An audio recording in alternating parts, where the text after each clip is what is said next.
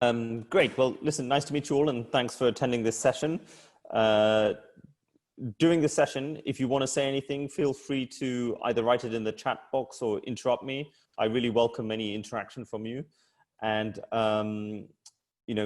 there's no monopoly on expertise here. I'm sure you're all, a lot of you have a lot of expertise.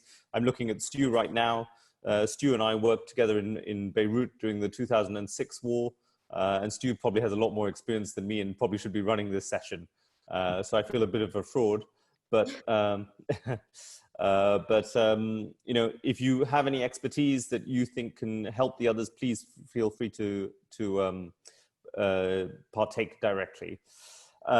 Just a bit more about me. As Anna said, I've been working in journalism safety for the last 2 decades. I basically got into this field because I actually wanted to be a journalist. I'm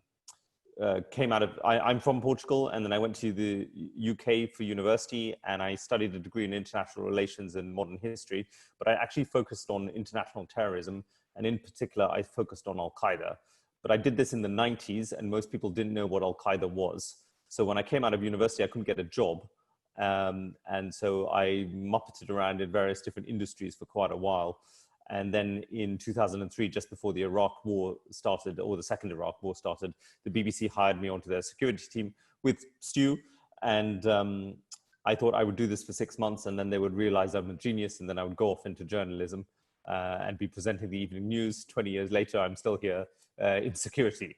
So, but luckily the BBC is an amazing organization, and I got to be a producer for BBC Newsnight and World TV and Radio, and work on lots of different investigations around the world. So I bring both sort of journalism skills and security skills to bear.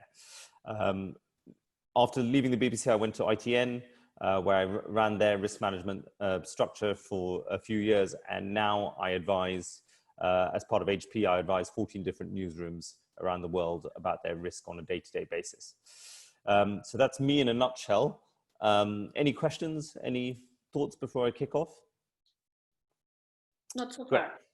So a lot of this session is going to be about risk assessment, and for most risk professionals, risk assessment is the fundamental of safety. And I'm approaching this session as if you have to fill out, as freelancers, you have to fill out a risk assessment for a big news organization. Now, not all news organizations demand that you do this, but increasingly more and more are asking freelancers to do this as a sign that you have thought about your risks, and basically they don't want to take a risk on you if you haven't thought about what you're doing and put in place the correct risk mitigation. A lot of freelancers actually lose out on commissions because while the story might be editorially worth it, the risk teams in the business say this person is not showing enough evidence that they have thought about the risk or that they're doing enough to mitigate the risks. And it's quite difficult for a lot of freelancers who have never been in a formal process of seeing what a risk assessment looks like, and understanding the expectations of the risk managers in a news organization to actually tick all the right boxes. And sometimes it is actually just, it's just technique, right? It's just knowing how to tick the right boxes at the right time. Other times you actually have to really, really show that you know what you're doing and that you have really thought about the risk. So I'm going to, hopefully by the end of this session, you will understand how to fill out a risk assessment to satisfy a risk team in a news organization. But more importantly, you will have thought about the risks and made yourself safer. This is going to sound harsh, but basically, as having been a risk manager for a news organization, we view freelancers as the biggest risk element when we are commissioning programs, because freelancers don't tend to follow the rules.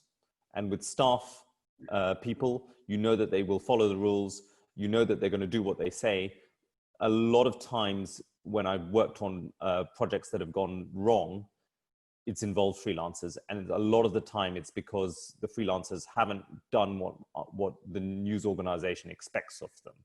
Sometimes it's completely unforeseen that, I'm not trying to say that freelancers are more risky than staffers.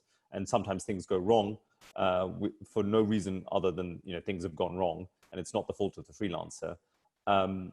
But often what happens is freelancers are working on more risky stories by definition because staffers don't want to be there, or the freelancer is, in the right place at the right time. And other times it's because the freelancer is not taking risks seriously.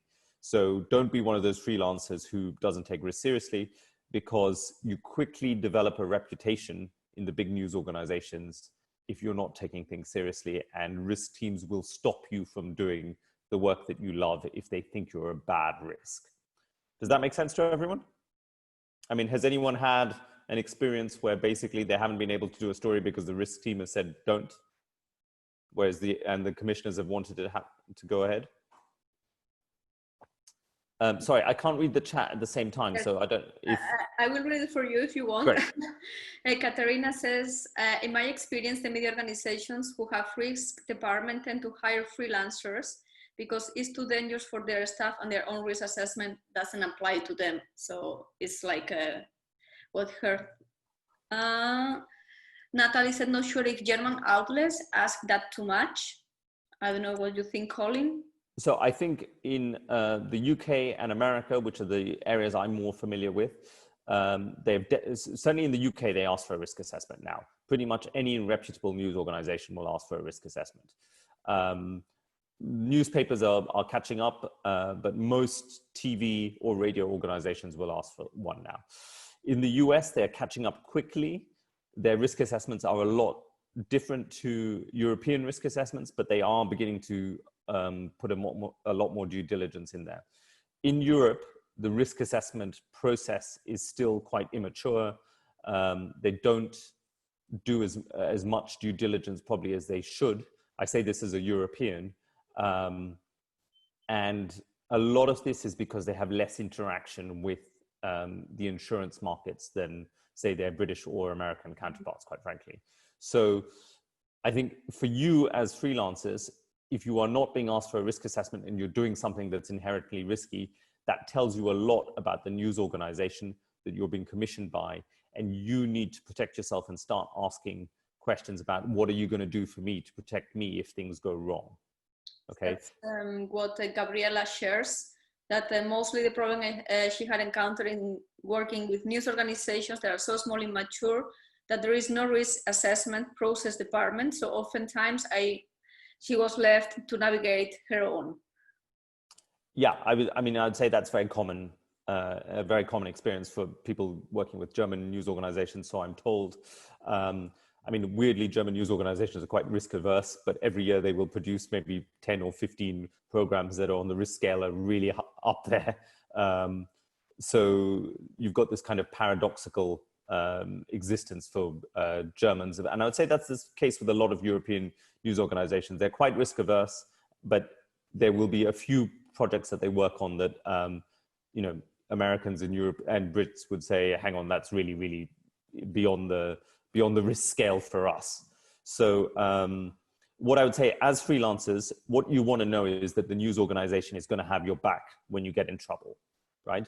So if they're asking you to do a risk assessment, it's because they have a more mature process in place. And you should be asking questions about, what happens if this goes wrong? Are you going to cover me? Am I on your insurance scheme? Do you expect me to have my own insurance? How can I afford that? Will you fund my insurance scheme? Very important question. These are questions that you should not be scared to ask your commissioners. If they don't know the answer to those questions, that's a bad sign, okay? Because basically, either they've never had anyone who's got into trouble, or they don't care about what happens to you. So those are bad places to be in, because while, I think most news organizations, they do care what happens to you. I know very few news editors who are, I would say sort of 20th century news editors now who are just like, oh, I can replace my freelancer with another one. But it does happen. But I think, what you want to know when you're taking a lot of risk is that your news organization, it has your back. And if your editors don't know the answers to the questions, it kind of implies that they don't have your back. So you should be putting them in a position where they start thinking about this kind of thing. Is everyone comfortable with that? I mean, I know it's difficult for freelancers who, you need the money, right? Because you need to pay the rent. And when you start asking these questions of news organizations that don't want to answer them, they might say, oh, well, it's easier to find someone else. But if you are doing something seriously risky, you should be asking these questions. And look, I have worked with freelancers in Syria who have been beheaded, right, by ISIS, and their news organizations were not prepared for what was going to happen to them, and asked them to do things that they should not have been asking them to do, right? So if you're working on that end of the risk scale, you really should take the time and not worry so much about the payment, but worry more about what's going to happen to you and your families if something goes wrong. Because I know freelancers' families who have had to sell their houses to pay ransoms and still had their loved ones beheaded. Okay, and the news organizations have not been as forthcoming as they should have been, and certainly were not prepared for the situation. So, if you're working on that kind of level of risk, then you really need to ask tough questions. So I'm just going to start presenting unless anyone has any questions. Not so far. Okay, so let me just share my screen. You're all going to see yourself for a second. Tell me if you can see yourselves or you can see my presentation. Sorry, you can see it, Anna? Can you just? Yes. Okay, great. I'm going to start on this page. Sorry, I'm using a very small computer today, and sorry, pressing the wrong button. Okay, so basically, as I was saying, you need to be on the same page as your commissioner. And sorry, I missed out a word. Are you deploying internationally or locally based? So one of the things you should also think about is if you are in Bogota, for example, someone said they were in Bogota, or you're in Baghdad or Damascus or wherever you are, Nairobi. If you are not based in a European or Western country, and you are based in a inherently dangerous location, there is a assumption that you know a lot about the risk, okay? And there's an assumption by the news organization that you are an expert on Colombian politics or the risk in Colombia. So they are sometimes more relaxed about what you're going to do, and they don't necessarily ask you to do a risk assessment. Now, I forget who it was who was based in Bogota, but basically, let's just take that for an example. Okay, so if you are going to go somewhere in Colombia, say Cucuta, where there's terrorist activity, and I think FARC is still active, and you're getting a commission from an international news organization, they might say, oh, well, this guy is based in Bogota. He surely knows the risk. We don't need to do anything. He will tell us if there's a problem, right? This happens all the time, and you should basically flag up the risk immediately if you perceive one. Don't sit there quietly, because they are looking at you as the experts, okay? And I don't know if anyone's been in that position, but just because you might have been there like 2 months and just flown in, you're not necessarily an expert on the situation in Cucuta, or you've never even been there before. So you need to tell this to the commissioner, or when you're pitching the story, and say, I've never been to this place, but I'm going to try it. And I'm going to put in place the following measures. So I will go through what measures you need to put in place, but always be on the same page with your commissioner about the risk level. Does that make sense to everyone?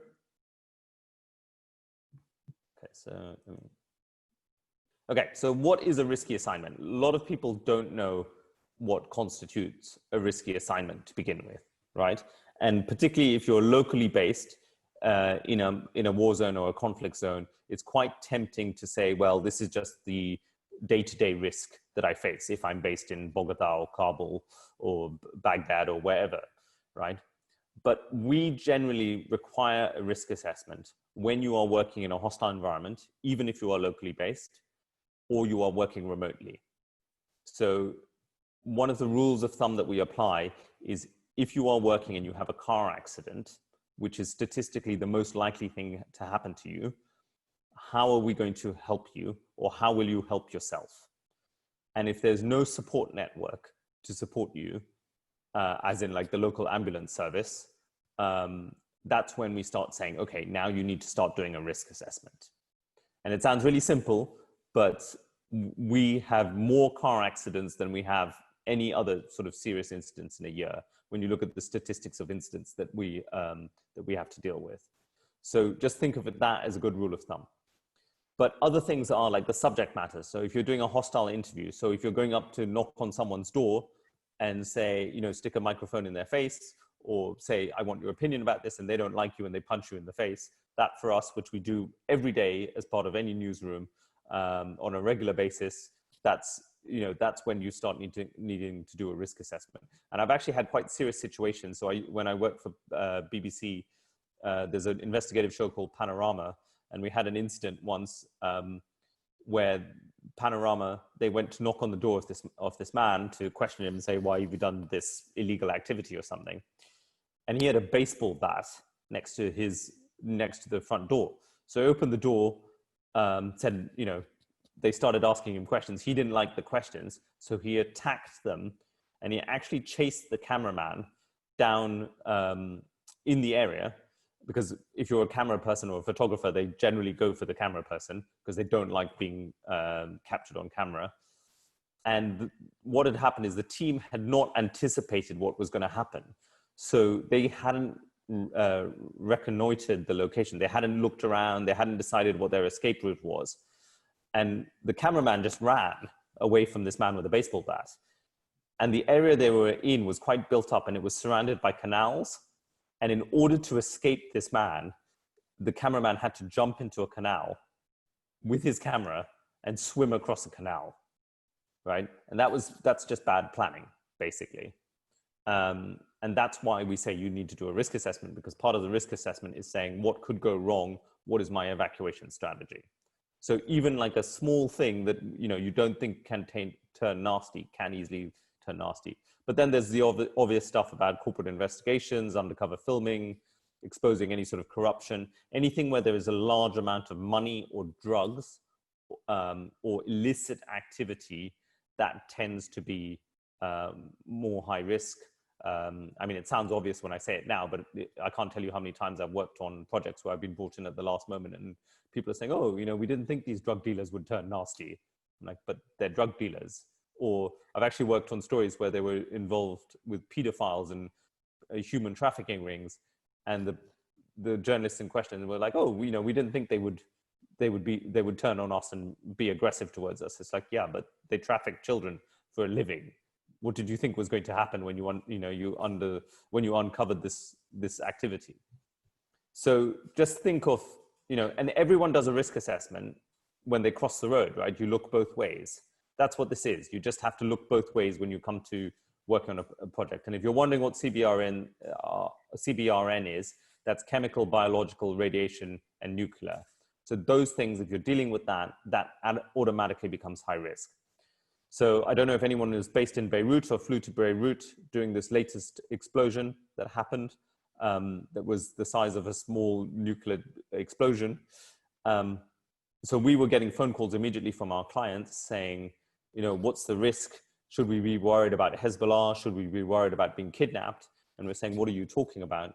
You need to be worried about asbestos in the air, because there's been a huge amount of pulverized concrete. You will inhale this asbestos and other fibrous materials. And in 10 years' time, there will probably be a high degree of lung cancer or respiratory injuries. So those are the kind of things you need to think about when you are covering stories, or when you're phoning up commissioners saying, hey, I'm in Beirut, there's been a massive explosion. Do you want me to start filing? Right? And those are the kind of things that you need to discuss with your commissioner, because your commissioner is not necessarily thinking about the fibrous materials in the air after a massive explosion, right? And I can guarantee you they were not thinking about that before they phoned us. And there's mitigations you can put in place in Beirut. So for example, we made everyone that we spoke to wear N95 masks, which are, the masks you wear for COVID. but they do a very good job of filtering out asbestos. They're not 100%, but it's better than nothing. And I tell you what, Stu and I were in Beirut during the 2006 war, and we were there happily in the southern suburbs, breathing in all the pulverized concrete without being told that there was a problem. And that's the only reason I know this is a problem, because afterwards a number of people came down with respiratory illnesses. I don't know what Stu thinks about that now. Stu, are you still on the call? Yes, I am. Yeah. Definitely. I mean, another example south of Mosul, when that chemical factory went up, kicking out loads of black smoke. One BBC staff member complained of respiratory issues. That went back to London to say, this guy's obviously feeling a little bit ill. He had to go for tests in Erbil. And as a result, the decision was made that the cameraman and also the correspondent also had to go for tests. It's the risks are out there. Yeah, so these are things as staff members that you have access to. You have the access to the security teams. We think about these things for our living. As freelancers, you don't have that. So you need to think about these things and raise them with your commissioners and ask them, there's just been a massive explosion. What do you think about the risk to do with this? Is there a risk of asbestos or stuff like that? And have that conversation with them, because I guarantee you they're probably not thinking about it unless they have people like Stu and I sitting on their shoulders. And sorry, natural disasters are obviously a big hostile story where a risk assessment needs to be done. These are stories where we will frequently use freelancers, particularly in the early days of a natural disaster, because we generally will not have teams there, and we will require immediate coverage of that story. The news organizations will require immediate coverage. So freelancers will phone in to different news organizations saying, I'm here in Haiti, there's been a massive earthquake, or I'm here in Sierra Leone, there's been a huge flood. And news desks will take their content straight away, almost immediately, without necessarily asking about the risks. So that's where you need to start thinking about your risks and what could happen. Because over time, in the initial stages, generally people are quite helpful. As poverty strikes during an earthquake, the criminal element will increase. There's obviously the risk of, the actual natural disaster itself. But these are things that could actually end up killing you, basically. So don't just go straight into, I'm going to start reporting the news. So other areas of everyday basics that you need to think about when you need to do a risk assessment, or you need to a risk assessment doesn't mean that you have to write it down and formalize it. But if you do it in an email and you send it to your commissioner, that gives them a responsibility to look after you. There's a thing called duty of care. When you are a freelancer or a contractor and a news organization formally asks you to do something, they have a duty of care of you in the eyes of the law, right? Which means they have to look after you to the same extent as a staffer. And you also have the opportunity to basically sue them if they don't do things. So I'm not trying to encourage litigation, but I'm trying to point out that you have rights as freelancers. So when you should do risk assessments is lone working, right? This is working by yourself. Most freelancers work by themselves all the time, but this is a high risk activity if you are in a dangerous place, right? Or doing something dangerous. So this is a very subjective term when I'm saying dangerous. So Kim Wald, the Norwegian freelancer, I think she was a staffer actually. Kim Wald was a staffer working for a newspaper. Her editor said to her one day, there's a man who's made a submarine on his own, DIY submarine, do-it-yourself submarine, and we want you to go interview him. He had already been interviewed by 4 other journalists. They were all male. She went down to his submarine I think it was in Copenhagen. I might have the location wrong. It might have been Stockholm actually. But she is somewhere in Scandinavia. Forgive me for my lack of Scandinavian knowledge. But she basically went down to this submarine, got on the board of the submarine. He raped her and killed her on this submarine and threw her body into the ocean, right? So that was not seen as a risky send before she did it, but the fact she was alone and in close proximity to a man in a confined space meant that that became risky. So you need to think about that a lot, because we often send people to, go interview people, to interview subjects in their houses, for example, right? And we never think about, is there a risk attached to this? So just think about that a bit. If you're working after dark, if you're working in a high crime area, anything that involves drugs or alcohol, or where people are drinking or taking drugs, that becomes high risk. Protests, COVID-19. I'm not going to talk a lot about digital security, but basically anywhere where people can steal your data. So if you're operating in places like China or Russia, that's where there's a digital security risk almost automatically.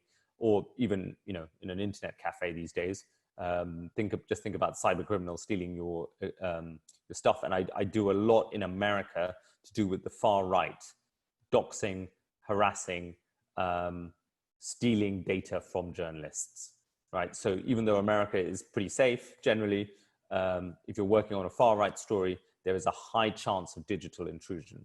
So just think about the subject, or who you're chasing after. If you're chasing after a corporation, they can easily hire people to steal your data. And often they do this to damage your reputation. So, if you're a journalist, you're investigating a corporation for some sort of corruption or some sort of illegal activity or something that they shouldn't be doing, but you're also sexting your girlfriend or boyfriend and sending pictures online, and they get into your phone, they will release those pictures just to damage your reputation, okay? Or they could do it. I'm not saying they will do it, but they can do that. So just think a bit about your digital security. But sorry. We have a question from Gabriela, sorry to interrupt you. Yeah. Because you mentioned before the duty of care. So yes, is the duty of care law applicable only in the UK or wider in the European law? So it's definitely in the European law. It's actually more stringent under European law than UK law, particularly with Brexit happening now. And yeah, I mean, it's pretty much universal. In America, it's a little, I mean, I don't want to go down a legal road of discussing what duty of care is, but basically when there's litigation, what lawyers are trying to show is there is cause and effect.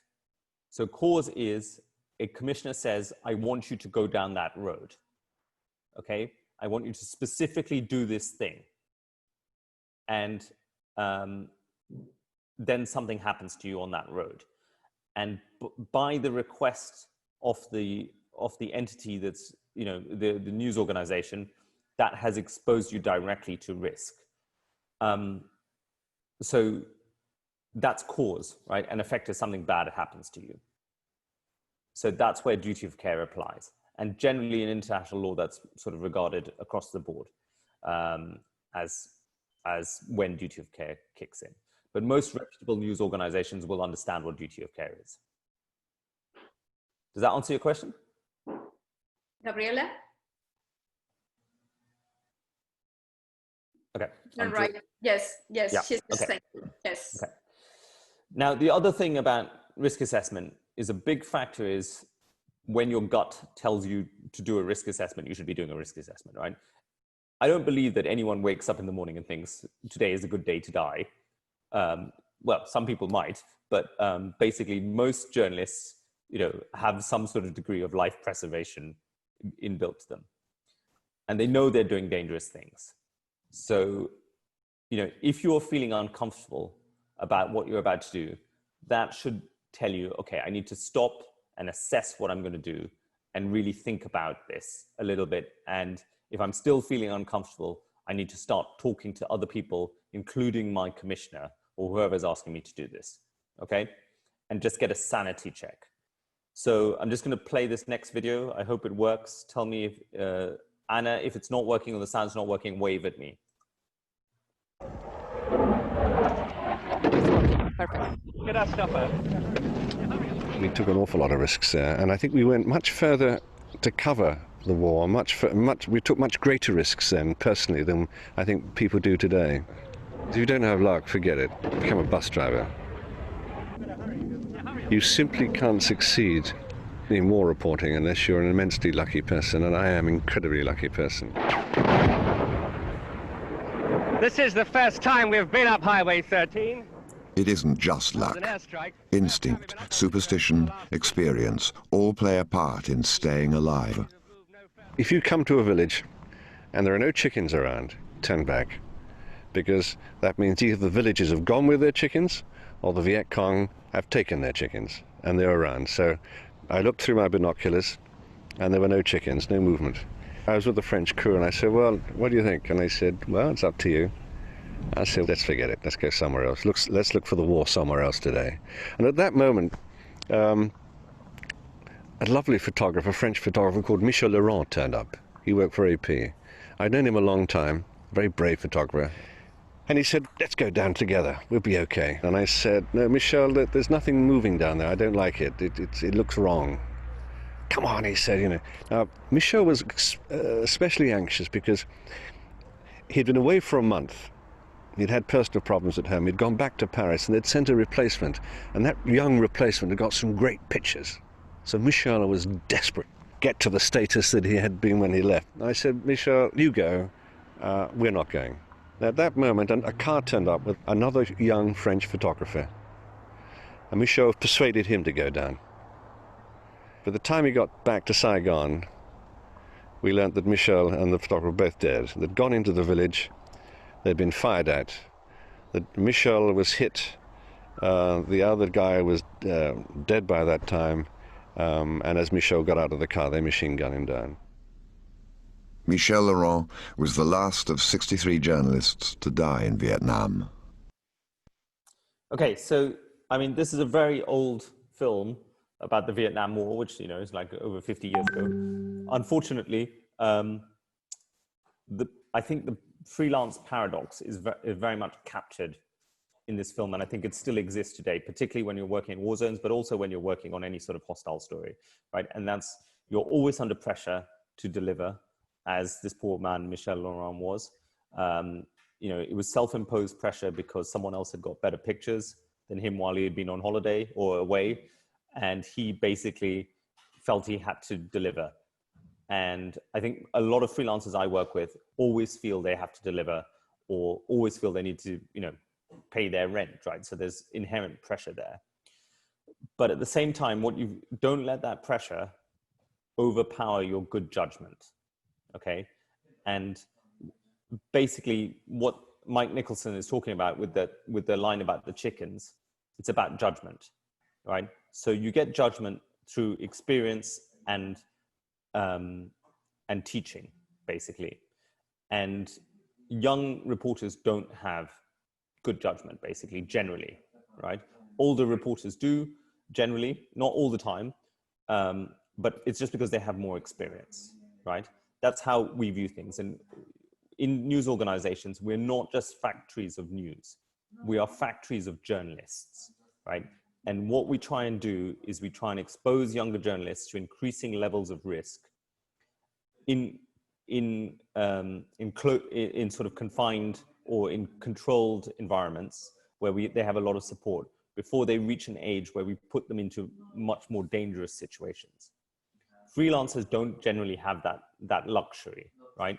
They often will expose themselves to high levels of risk without having had the time to build up experience and training to allow them to make good judgments, right?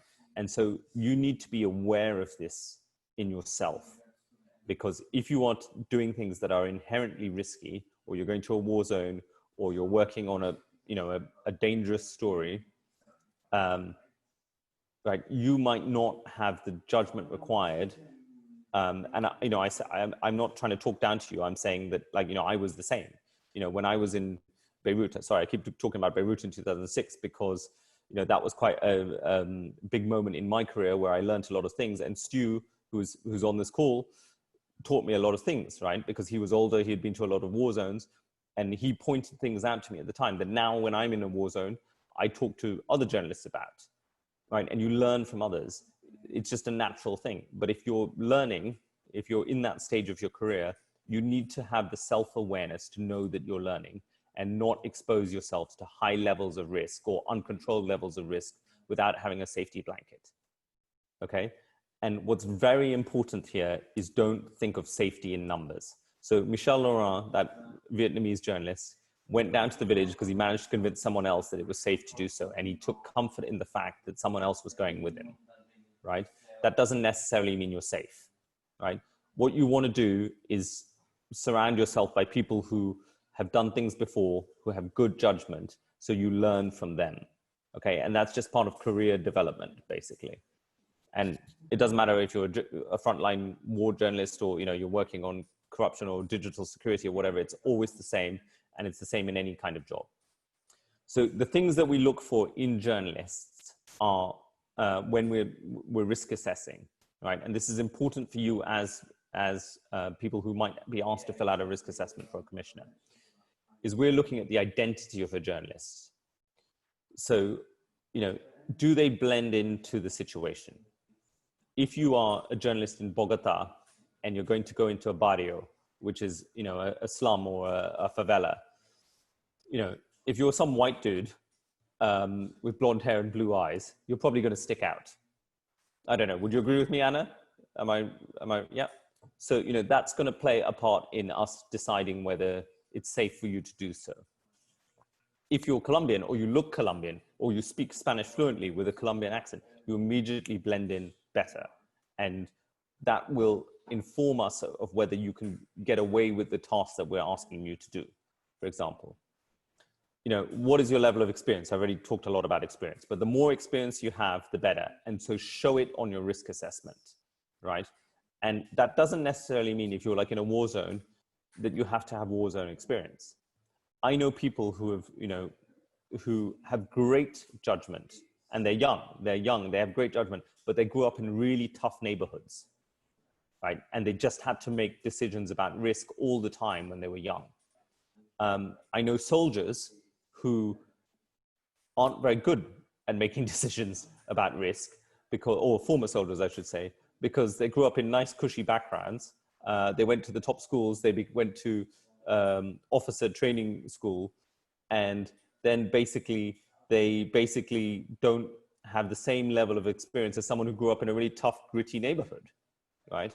So it doesn't necessarily imply just because you fit into some box that you don't have the right experience, right? So show us your experience on the, show us your life background, show us your experience on the risk assessment when you're asked to fill it out. And this is all about situational awareness, right? We want people who understand how to react to different situations and see when risk is escalating, okay? So situational awareness in a nutshell is, I had a driving instructor when I was learning how to drive who said, when you learn how to drive, you are so focused on the driving bit and changing the gears and the steering wheel and the mirrors that you're not actually really paying attention to what's going on the road, right? But experienced drivers, what they're doing is they're not just, you know, it comes as instantaneous to them how to change the gear, right? So what they're looking at is the kid on the side of the road, on the pavement or the sidewalk who's bouncing a ball, because they know that ball might get kicked into the street and they know they might have to brake suddenly, right? That is situational awareness. It's looking at what's around you and saying, could this become a risk? Could this be a problem to me? Do I need to amend my speed at this point of time, right? So it's a really easy example because pretty much everyone drives, I guess. And you do this every day when you're driving. But when you're in a risky situation, you might not be doing the same thing. So just think of that example when you're going to do something dangerous and think, how will I observe the risk? How will I know when it's escalating? How will I know when to pull out? What is my red flag? What is my red line when to pull out? And lastly, we look at training. Okay, so everyone always says to me, oh, I need to go on a hostile environment course because I want to do this really risky thing. And I'm like, great, but you know, going on a 1 week's hostile environment course or going on a bit of training does not necessarily mean that you are equipped to deal with a really hostile thing. I'm really sorry, I've got some person. Sorry, can you guys hear me? I've got like a lawnmower outside the window. Let me just go shut the window. I don't know if it's disturbing you. Hang on 1 second. Guys, remember, if you have questions, just write them in the chat box. Let's go with the question of Natalie. Colin, I think he needs to use Colin.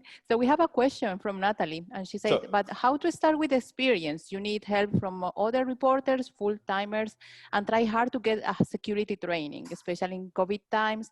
You need to tell editors again what all is not possible. Several areas in India. I can travel alone, even also in not COVID times. So yeah, where to start with experience? As you said, maybe have more contact with other colleagues. Yeah, and I think, so a lot of freelancers, or not just freelancers, a lot of journalists say, they start off going, I want to be a war zone reporter, or I want to work on high level corruption. I want to work on this great investigation and I want to win a Pulitzer Prize. Yeah, absolutely. We all want to do that, right? But when you start off your career, the chances are that you're going to work on those stories is not likely, quite frankly. Okay. And in journalism, we're terrible because we give people awards for taking risks, right? So I know tons of freelancers who take stupid risks, quite frankly, in war zones and then get given an award for it and told, like, this is your pathway to success. Okay. And quite frankly, a lot of them have just managed to survive by the skin of their teeth. And then they get this award and then everyone else thinks this is what you should be doing. What you've got to be doing, I think, is learning the trade of journalism. I know lots of journalists who go into really dangerous situations, self-shooters, for example, and they don't film very well. So when they're under pressure, they just put it on automatic and they record everything around them. And when they come back to the newsroom, the footage is terrible, right? What you need to be able to do is film under pressure, because you want to get the best footage that you can, or, if you're a TV reporter, you want to get the best footage in return for the biggest risk that you've taken, right? It's a return on investment. If you are basically taking a lot of risk, you want to make sure that your product is good. You're not going to have good product if you've just started filming last year or 2 years ago, right? So you need to work on other stories where there might be some degree of risk, right? So you go to a high crime area in your local city, right? And you do a story there because you will be comfortable there because it'll be your city, right? And you then gain the experience over time to film under pressure so that when you go to a really dangerous story, you're not just going to, panic and film rubbish, which you've taken a huge amount of risk and then you film something that we can't, 99% of it is on the cutting room floor because most of it was pointing at your feet, right? As you're running with your camera. Does everyone understand what I'm saying? It's basically, you need to invest the time in learning the skills of journalism before you take the big risks. Does that make sense? Okay. So the main questions on a risk assessment, sorry, I know I'm running out of time and I'm talking a lot, is, who is going? So we've already ticked that box. You're going. We want to see that you've got experience, that you've got good judgment, right? Because experience and training equals good judgment. That's what I'm looking for from individuals. I want to know what you're doing. Exactly. I want you to break this down for me in as much depth as possible. So if you're going for many days on a trip, I want you to tell me day one, I'm going to stay at this hotel. I'm going to go here. I'm going to interview this person. This is who this person is. I'm going to go, after that, I'm going to go here, here, and here. I want as much detail as possible on the risk assessment, right? I want to know why you're doing this. Explain to me why you're going to go speak to this person, why you're going to go speak to the drug dealer in the slum, right? What does it add to your story? Because it's risk versus reward, right? If you're going to go take enormous risk and there's very little editorial worth to what you're doing, we might cut that segment out. And we do this all the time in the news, right? And I want to know how you're going to do it. Okay, so how is about access and motivation. And access and motivation are the most important skills in understanding risk, okay? So journalism is all about access. Journalists have to go speak to people and get their story. And that's not always easy because people don't necessarily always want to talk to you, right? But the best journalists and the ones who win the biggest awards are the ones who get people who don't want to talk to you talking to you. And, you know, if you are going into a slum to talk to some drug dealer, why is he talking to you? What's his motivation? These are the questions I'm asking as part of the risk assessment. And there are lots of reasons why drug dealers want to talk to journalists, right? There's a lot of reasons why, you know, Chapo Guzman invited a film crew in to interview him and then was caught by the Americans as a result of that incident, right? Because he had a lot of ego. He wanted to show that he was the most important drug dealer in the world, right? So just because someone is highly dangerous doesn't mean that you can't go and talk to them, but you've got to question their motivation. A lot of times I've worked on stories where the motivation is money and people want money, and that's a bad thing, right? Because one, it's unethical to pay people for stories, although a lot of journalists do that. But two, if they want money, you know, there's nothing to stop them from kidnapping you and charging a ransom, because they'll get more money out of it, right? So you've really got to question, you know, what is your access? Who is getting you the access? Is it a fixer who you're talking to, who has grown up with the drug dealers and gone to school with them and knows them like his best friends? And what is the motivation of that fixer to help you? And what is the motivation of the people to speak to you? If you have those two questions answered, I can almost guarantee you we will approve the risk assessment, right? If you can show us that these things, access and motivation, are squared away, we will be really, really happy in signing off a risk assessment. And a lot of the time, people don't answer these questions for us. Any questions about that? Okay, so I'm going to play you a little video about access and motivation. Sorry, there is a question from Natalie. Okay, hold on. Yeah, what's Natalie's question? Yes, if embassies are asking you for travel plan, is risk assessment too? If an embassy is asking you for your travel plan, it's a risk assessment tool. No. Well, look, it depends what country you're from, right? So I tend to work with British and American journalists. I would never tell any embassy what we were doing, okay? Because they can use that against you. Sometimes they're helpful, but I wouldn't give them advance notice of what we were doing unless you know the people involved. It says for the visas.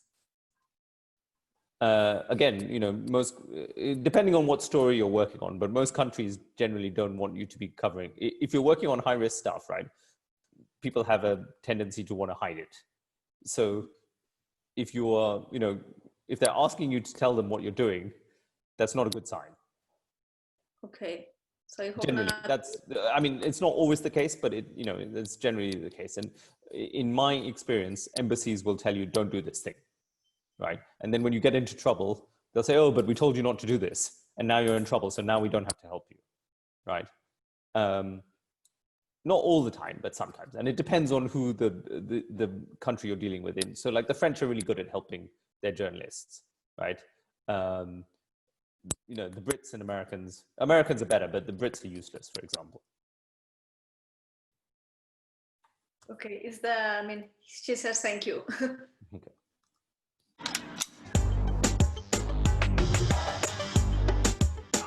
This is a place where drug gangs rule.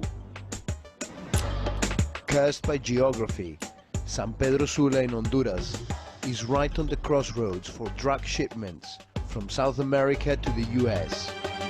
It is the most dangerous place on earth outside a war zone, where more than 20 people are murdered each week. Douglas is a veteran gang member. The stars on his arm mean he's killed 2 police officers. Y dime una cosa, hemos visto que hay mucha gente que aparece muerta, pero también hay muchísimos desaparecidos, ¿no? Bueno, los desaparecidos son los que se llevan para enterrarlos de un solo ya vivo. ¿Los entierran vivos? Vivos, porque solo se les pone un tiro, se entierran y de la misma asfixia y de tanto perder sangre adentro, ellos mueren. Está cansado. ¿Y por qué no les interesa que los cuerpos se queden ahí a la vista? No, porque la verdad es que nadie los tiene rondeando tampoco el territorio. Pues.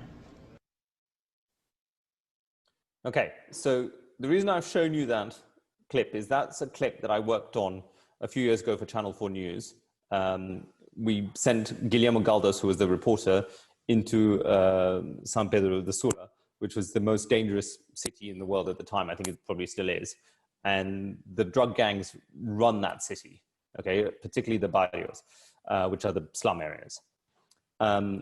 If you just wander around that city, or you go into their areas, they'll kill you, right? Almost point blank. Guillermo Galdos, who I've worked with for many years, goes in there all the time, and he talks to all these characters like Douglas, that hitman who kills police officers for a living and lets them drown in their own blood. And the reason he does this is because he has great access. He has a great fixer who, I don't know, went to school with half of these guys, or I don't know why, but they love this fixer. And he is able to negotiate the access for Guillermo, right? Now, a lot of these guys, they like Guillermo because they have a massive ego. And Guillermo plays up to their ego, and, you know, they have a limited lifespan, these guys. They know someone's going to come and shoot them in the head in 2-3 years' time, right? So while they're around, they want to get the most out of life as possible, and they want to have street credibility. They want to have respect. And what gives you more respect than an international film crew coming to film you and ask you questions, right? That's why they talk to Guillermo Galdos and other news reporters who come in. But there have been other news reporters who have got killed doing this, right? Local reporters on quite a regular basis. So we're able to do this because Guillermo understands the ground. Guillermo is Peruvian, he's from Lima. He's worked a lot in these kind of neighborhoods.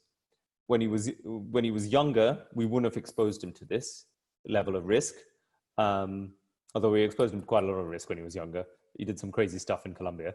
But now he has the judgment to know when someone is lying to him, right? And he will work with various fixers across South America. He's the Latin American correspondent for Channel 4 News. And he has a, I don't know if I can swear, but it's a BS detector, a bullshit detector, right? And if someone is lying to him, he knows that. So when he's talking to a fixer, he will often say to me, this guy is just not telling me the truth. I don't know why, but I can just feel it. So I'm going to leave today. And I don't even question why Guillermo is saying that to me, right? And there are other times when he'll be like, we're doing this really dangerous thing, but this guy, he can get us in, okay? You only get that from experience and understanding access, motivation, and understanding what, you know, what Douglas, that man who kills people for a living, why he would want to be interviewed. And when you break that down in your risk assessment, that will give you the access that you need to cover the story, and it will allow a news organization to sign off your send, right? So it doesn't matter if it's Douglas the drug dealer, or you're working on a corporation and there's a whistleblower who's coming to talk to you and tell you stuff. Why is that whistleblower telling you stuff? What is their motivation? Okay. Sometimes people tell me these stories about, oh, well, they don't tell me these stories. They come to me and they say, oh, I'm dealing with this human trafficker. He's found God. And that's why he wants to reveal everything that's going on in his human trafficking ring, right? That's a genuine story. People have come and said this to me. And I'm like, the guy deals in people's lives for a living. He hasn't found God. He's seeing you as a payday, right? Now, maybe he has found God. I don't know. But my automatic reaction is that is not a good guy. And I will really, really test and ask questions about what this man's motivation is before I let any journalist go and hang out with them. Okay. And I actually worked once on the BBC, for the BBC, where we sent a journalist who was a young, blue-eyed, blonde-haired girl to deal with a human trafficker in Mali. And Kel Surprise, what did he want to do? He wanted to kidnap the young, blue-eyed, blonde girl and sell her because he was a human trafficker, right? And he would say anything that we wanted to hear to enable him to meet this person, right? Because he knew he was going to get a lot more money than any street cred that we were going to give him by being interviewed, to reveal the refugee story to us and how people were trafficked across Mali, right? So, And we nearly put this woman in a room with him. So it was dangerous, right? But luckily we got away with it. But that's the kind of thing that I'm looking for from you guys, is this breakdown of why the human trafficker will talk to us.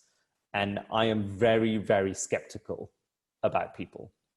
And if you want to get through our risk assessment process, you need to be skeptical as well, because otherwise we just waste each other's time. Sorry. Okay, so yeah. There are some questions here. Oh, sure.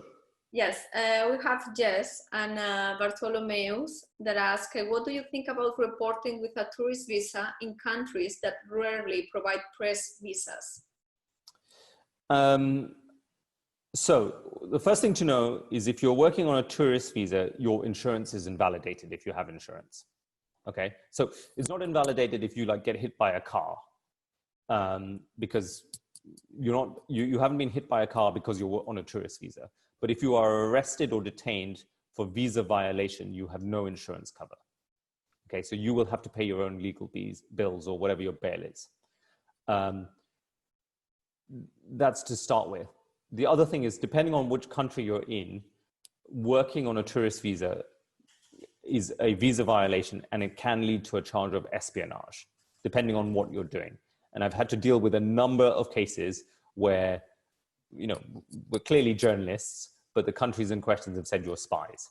And, you know, Al Jazeera, for example, Peter Greste spent 3 years in jail in Egypt because of a visa violation, right? So it's depending on what you're doing and which country you're going to and who you're messing around with, it's a really, really dangerous proposition.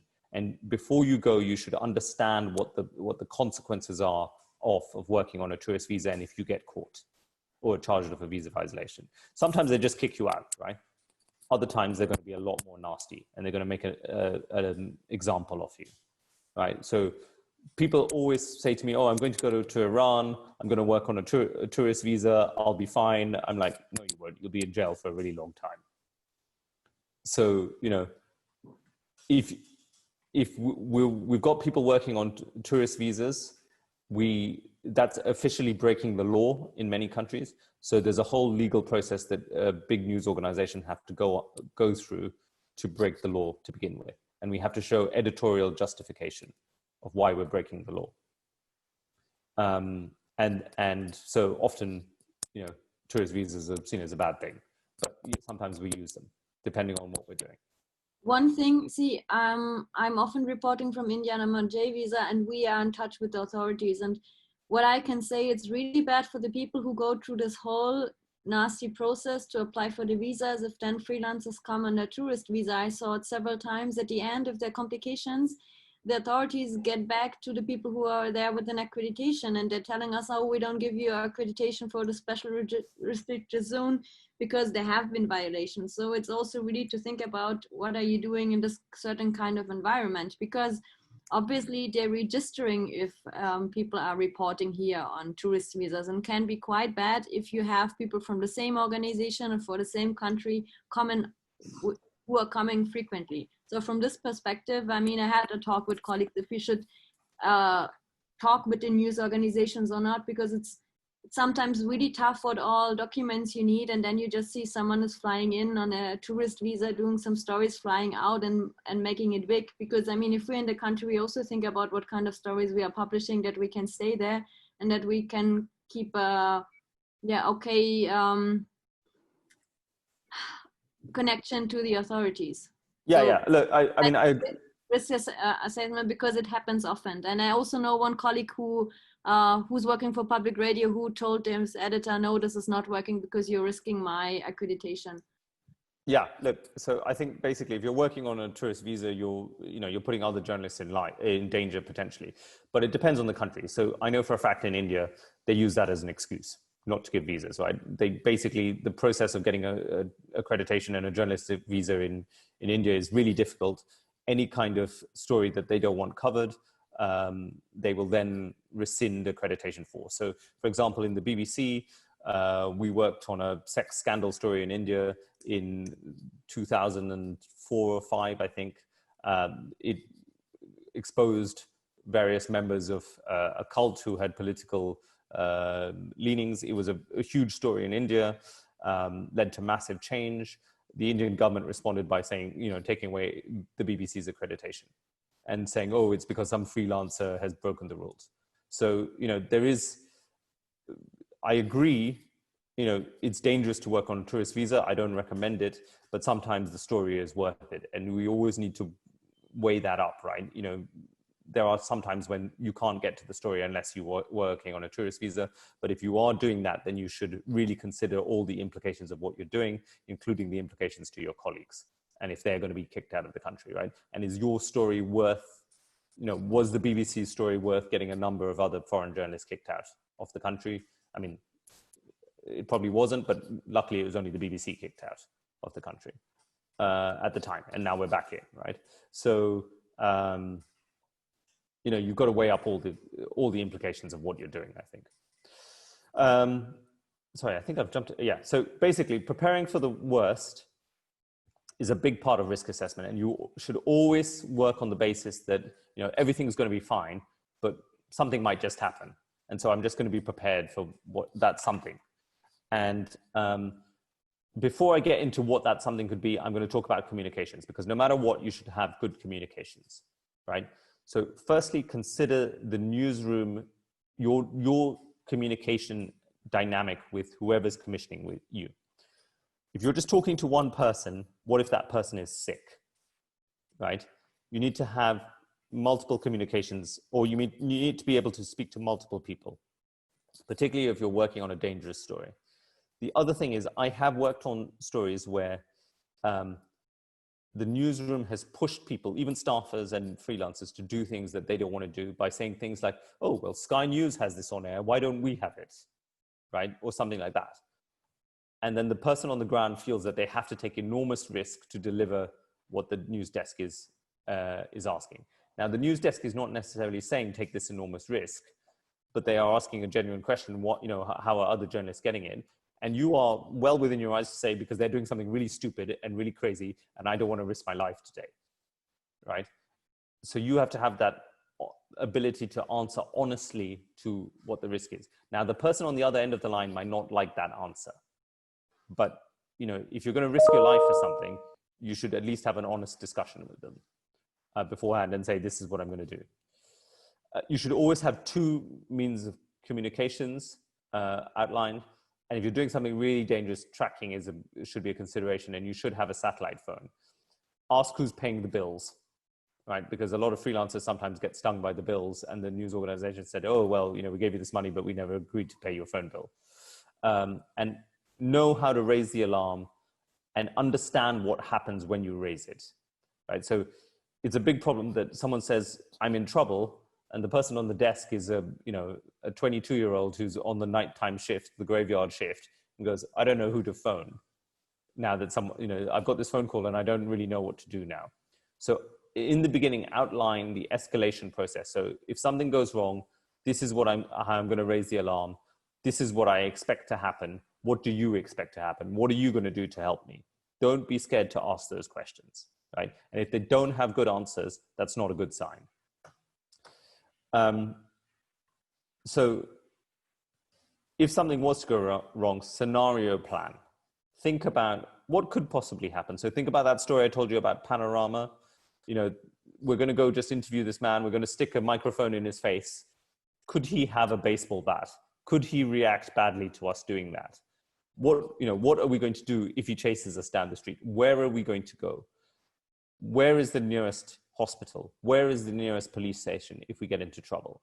What are my immediate steps of action if there is a problem, right? And whatever the situation is, you can always work this out to a certain degree. And it might be that you say, I don't know what the plan is, right? But it's good to know that in advance, that no one knows what they should be doing, right? You might still have to continue with the activity, but it's, knowing that you don't know means that when you get there, you need to think about what you're going to do before you actually do it. The other thing that we always say is know who can help you in a problem, right? So who has leverage in a situation? So, when Guillermo Galdos goes into the barrios in San Pedro de Sula, we have a person on call who we know has influence with the gangs, right? Because we've done the research, we know that a certain priest has a lot of influence with the gangs. And so if they decide to kidnap Guillermo, we're going to bring the priest out to negotiate on our behalf, right? It takes a lot of research and energy to to identify the person who has the leverage, to build a relationship with that person, to say, if we're in trouble, will you help us, right? And he goes, yeah, I'll help you. Again, I ask the question, what's your motivation? Why will you help us? Because you might be in trouble with this gang after you help us, right? And in the case of the priest, we say, well, we'll give a donation to the local school, we'll give school books as a gesture of goodwill to help you out, right? Because we know we need that contact long term, right? And I worked with a freelancer in Syria who was crossing over all the time into Aleppo, made great films, even when ISIS was there. And the reason he was a German freelancer, the reason why he was able to make these films is he organized an aid campaign in Germany, and he brought aid into Aleppo for the children of Aleppo. So when ISIS was kidnapping other people, the local fighter said, well, you can't kidnap this guy because this guy's been really helping us for about 2 years now. And so they protected him when other people were not being protected, right? That takes a lot of effort, but he was nominated for an Academy Award for his film, right? So it pays off in the long run. And if you get into trouble, what resources can be brought to bear? So someone was talking about embassies. You know, can the embassy help you out? Or are they going to say, actually, you're a bit of a pain in the ass, we're not going to help you, right? It's often the case, right? Look at this woman stuck in Iran, the British woman, Nazine Radcliffe. You know, she worked for Thomson Reuters as a trainer. She wasn't a journalist. She's half Iranian. She was arrested in Iran. She's become a part of hostage diplomacy in Iran. But the British government isn't really helping her, because what the Iranians want is they want a massive payoff for a debt that they're owed for the last 40 years. And the British government is like, we're not going to do that, right? So she's been in jail for 4 years. Do you want to be that woman? You know, is the Swedish government going to help you out if you get into trouble, right? And if they're not going to help you out, how can you bring pressure to bear on them so that they will help you out? So, you know, everyone laughs at the French and says the French always come and pay the ransom, right? There's a reason why the French pay the ransom, because in the 1980s, a French journalist was kidnapped, and his family had such a, her family had such a massive campaign that it almost brought down the French government. And now the French government are like, right, if there's a journalist kidnapped, we're just going to help them out because we don't want to lose our position in power. And so they've actually created a part of the government that helps out journalists in trouble when they're kidnapped, right? So if you're French, great. If you're British, if you're Swedish, if you're German, you might not get the response that you want. If you're Italian, if there's an election around the corner, the Italians generally help out their journalists, right? Because they want to look good in the eyes of the Italian public. All of these things are important things to understand before you think about going somewhere where you could be kidnapped or get into trouble with a big multinational, right?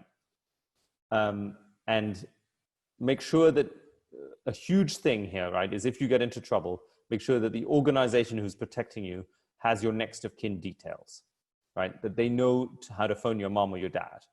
It's an incredibly stressful time for your parents if you get into trouble, right? They might have to sell their house. This has happened, right? I've had people who've had to sell their houses to raise funds to get their children out of danger, right? You want to make that as easy as possible for them. You owe it to your loved ones to do that. So the worst thing is when we don't even know who to phone, and you know, you haven't bothered updating your next of kin details, right? And the worst thing is if I am phoning the next of kin, they're like, who the hell are you? You're some random guy from ITN or the BBC. You know, identify someone who knows your family, who I can go to and say, look, I need you to come with me to talk to this person's mother or father, because I know they have a heart condition and I know what I'm going to say might actually give them a heart attack, right? It's actually happened to us. We've delivered bad news and the person has had a heart attack, right? So this is a serious business, right? And if you treat, you know, I don't know what your relationship is with your parents or your loved ones, but, you know, I think you owe it to them to treat them with some respect, and it takes effort. And I know a lot of people who don't bother with this, and a lot of commissioners who don't ask for this.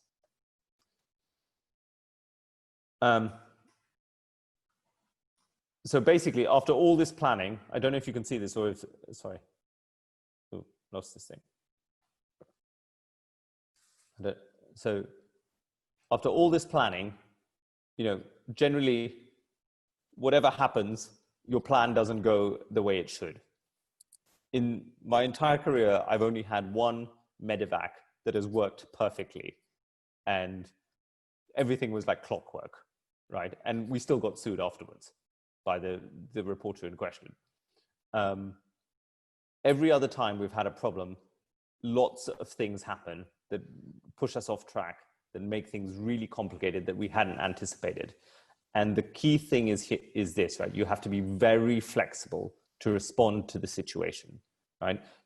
Unforeseen problems will arise and you won't know the answers to them at the time, but you need to have the ability to learn on the job to react to those situations. And I think that's it.